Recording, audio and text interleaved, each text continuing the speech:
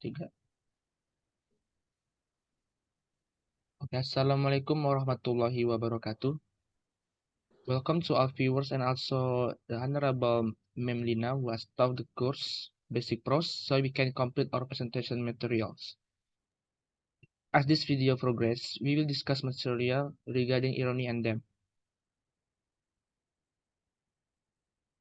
Hopefully you can understand our explanation.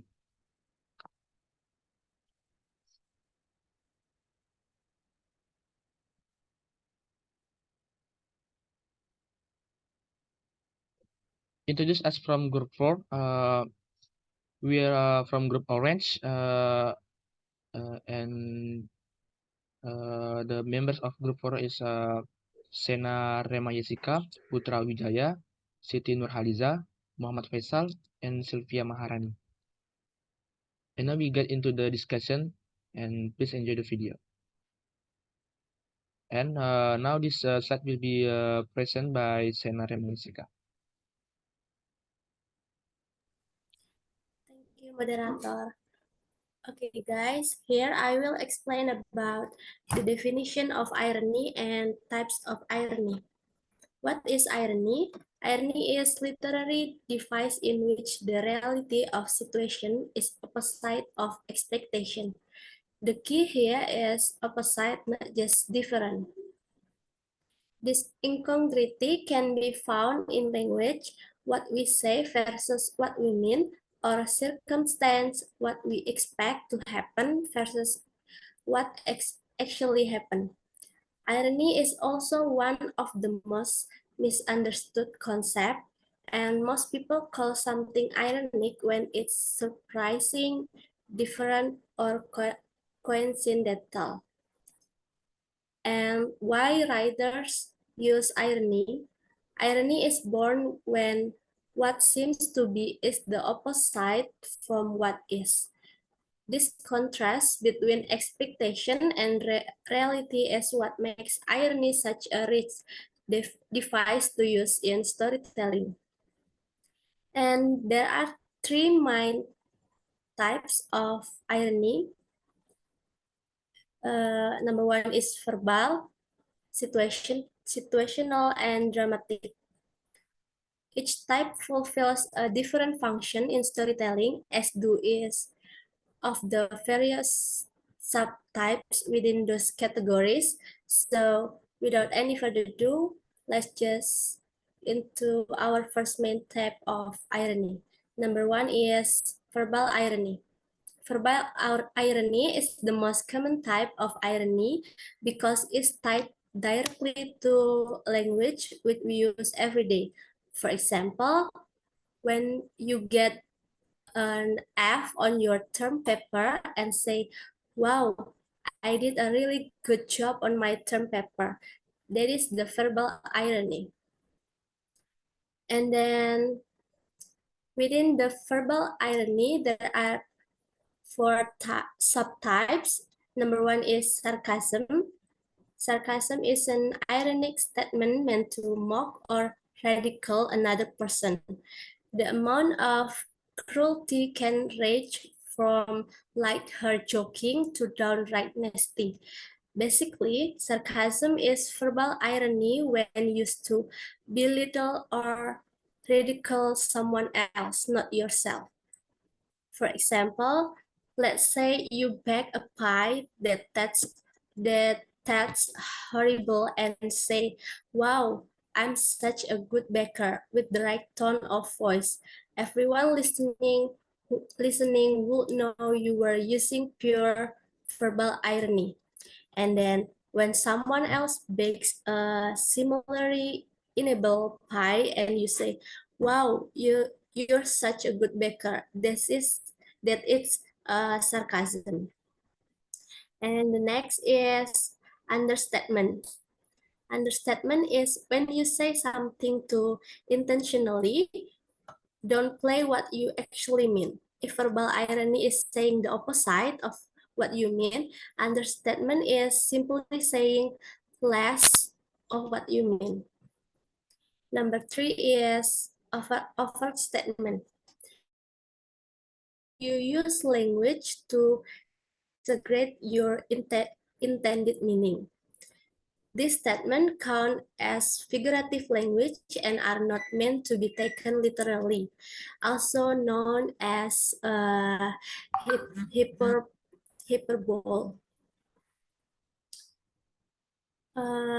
Moderator, can you slide the PPT? And overstatement is used to emphasize the importance of your statement. If verbal irony is saying the opposite of what you mean, overstatement is simply saying more of what you mean. And the last type of verbal irony is Socratic irony.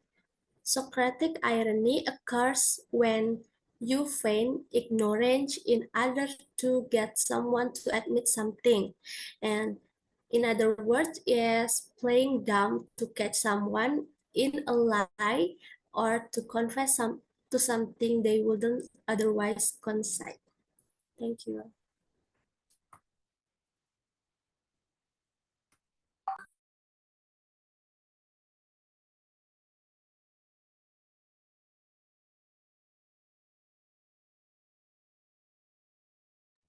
The next material.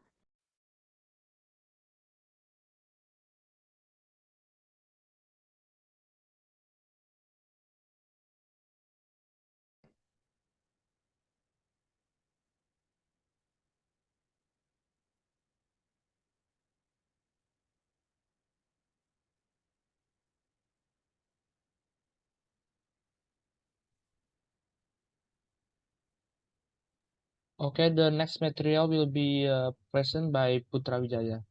And Putra Wijaya, time is yours.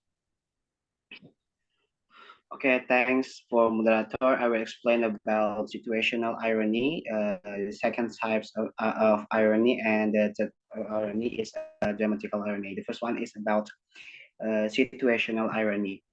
Situational irony is a type of irony that occurs when something happens that is the opposite of what it expects or intend. It is characterized by the fact that the outcome is unexpected and often humorous. One of the main distinguishing features of situation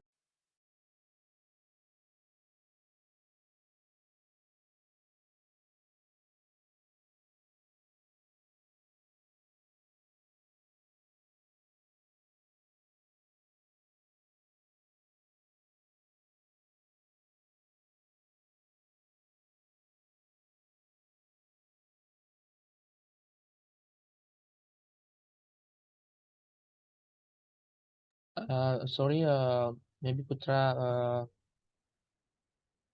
missing the sound. And Putra, can you repeat I'm so again, Putra? sorry. I will explain about the irony.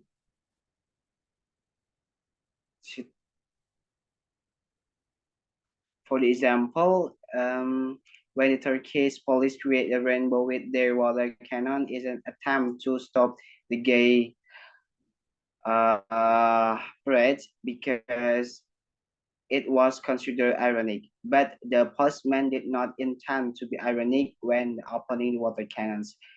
This is a clear example of situational irony or irony of late. Other examples of situational irony include a fire station burning down, a marriage counselor filing for divorce, and a police station getting robbed. In all these cases, the outcome is unexpected and humorous because it is the opposite of what is expected. Situational irony is a literary technique in which an expected outcome does not happen or its opposite happens instead. It is often used in drama, literature, and poetry to create surprise endings, plot twists, and moment of humor. Next is about verbal. I'm so sorry. Next, the last one is about dramatic irony. Dramatic irony is a literary technique where the audience knows something that the characters don't. So the audience know something, but the characters don't know something, creating a contrast between what the characters think and what the audience knows. For example, in Oedipus Rex, the audience knows that Oedipus is the murderer he is seeking, while Oedipus himself is unaware of this fact. This creates a dramatic tension between the audience knowledge and Oedipus' ignorance. In summary, dramatic irony is when the audience knows something that the characters don't, while verbal irony is when someone says um, something that is opposite of what they mean. Both are used to create tension and contrast in storytelling. Okay, thank you. Okay, thank you to Putra. And this slide will be presented by me. And this is them. So them is the underlying message of a story revealed through the character arc and plot. It arises from the combination of these elements and represents a deeper meaning beyond the surface events. So it means them is the most crucial, truly visible aspect of a story, and it emerges from the interplay between a true and a lie embodied in the protagonist or MC in the journey and external plot. Uh, so the example are provide to illustrate how different stories convey themes through to character development and plot events. While plot and character are often emphasized the first, them holds the highest importance. A well-crafted story requires a balance and synergy between plot, character, and depth.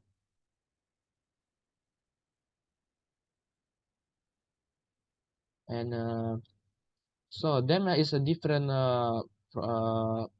have a different plot and message. They are different. Them is the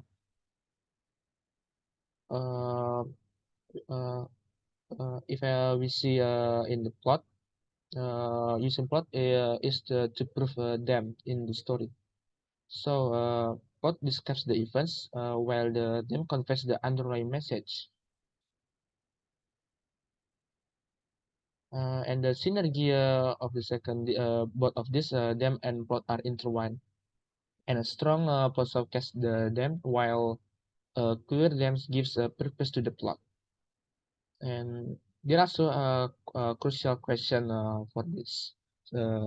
Is like why we use this plot and why this the them are they connected, and character arc and them does the plot facilitates the character arc that proves the them, and also the metaphor of conflict is the external conflict metaphor for the internal conflict, uh, and thematic relevance of every scenes, like those scene contribute to the them's message.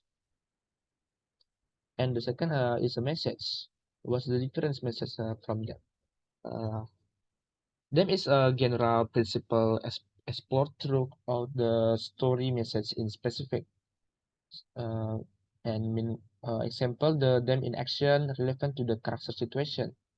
So the them is general and message is specific. And them is also to create the honest and insightful exploration, even if it challenges your own beliefs. Where message from the story just can be a part of honest and insightful exploration, but it's not necessarily the most impactful approach. Uh, and the good stories focus on the character development and plot, with them emerging organically from these elements.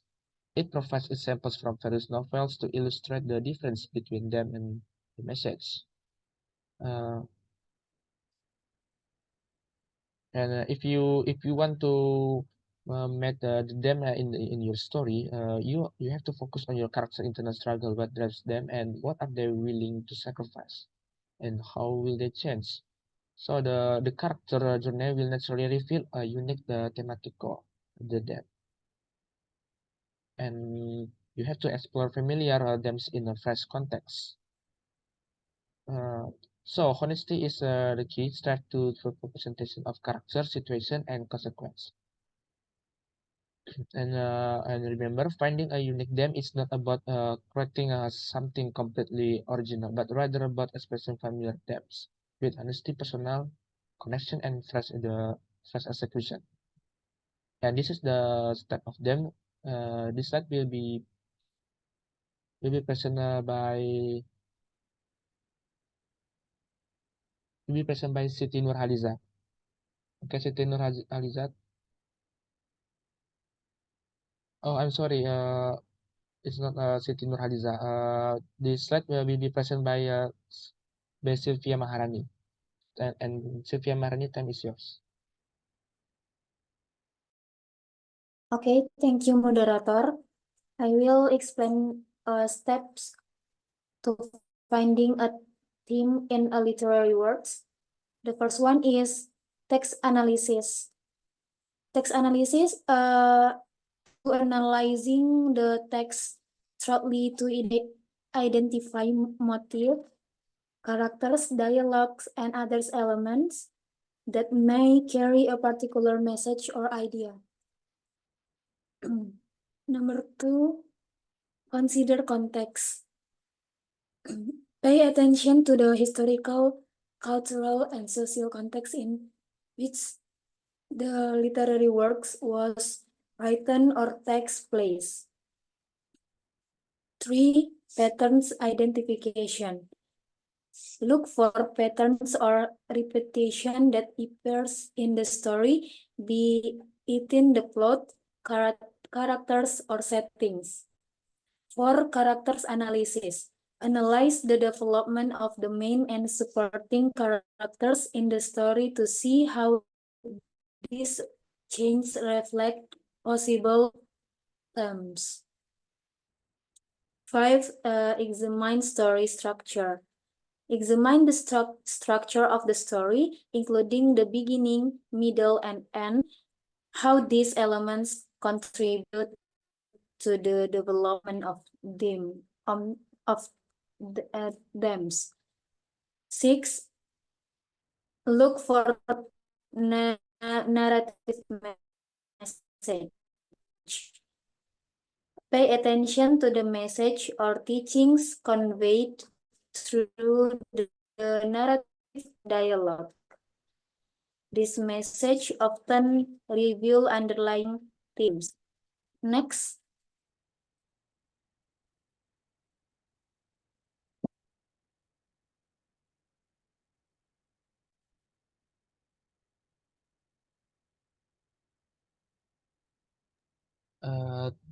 Thank you for Sylvia Maharani.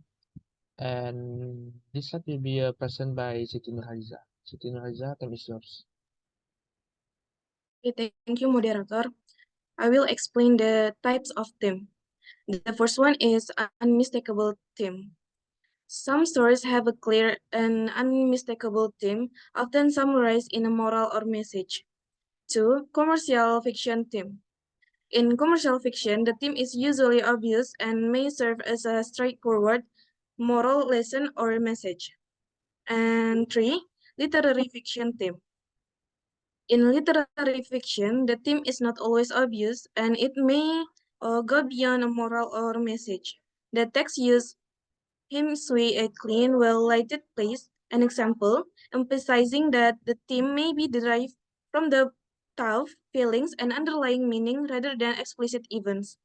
And 4, themes in literary stories. Themes in literary stories are often broad and open the interpretation, reflecting a variety of perspectives among readers. And 5, multiple themes. Great short story like symphonies may contain more than one theme, exploring various aspects of life and human nature. And 6, distilling theme.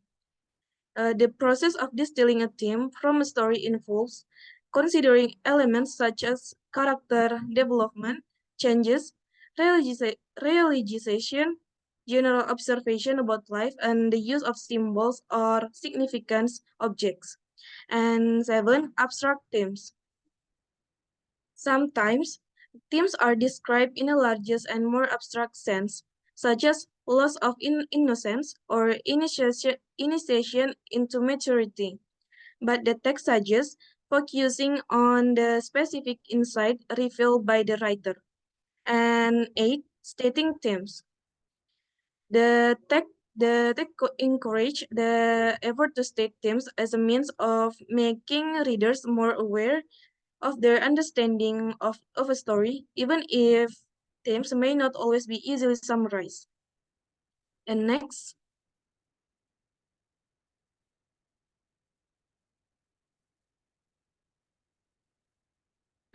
analysis of theme. The analysis of theme in the provide book revolve around the exploration of theme in various types of stories, with an emphasis on literary fiction. The book discusses how theme is often more explicit in commercial fiction.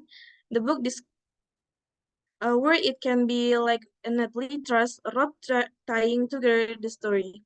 In contrast, literary fiction tend to have themes that are not as overt and may not necessarily be more lessons, but are rather the central ideas or insight that the story conveys. That's all. Back to the moderator.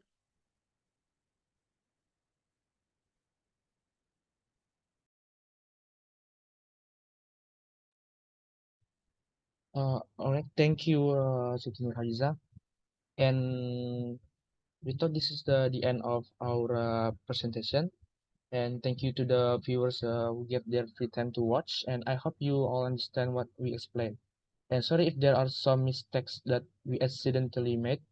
And if you want to know more about this material, we have provided several references that might be helpful, like this the ebook.